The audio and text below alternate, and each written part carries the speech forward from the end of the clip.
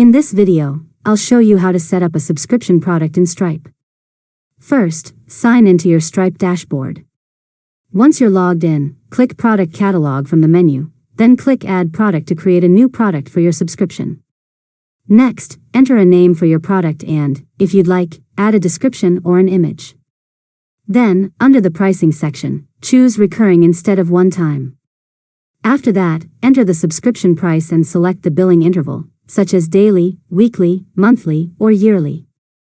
If your business offers a free trial, you can configure that later when creating your payment link or checkout page. Now, review the product details to make sure everything is correct. Once you're ready, click Save Product. Your subscription product is now available in your Stripe account.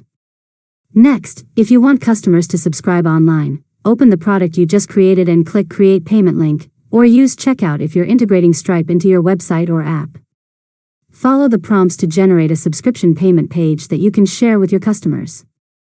Before you start accepting subscriptions, test the payment flow to make sure everything works as expected. You should also review your billing settings, customer emails, and subscription management options in the Stripe dashboard. And that's it.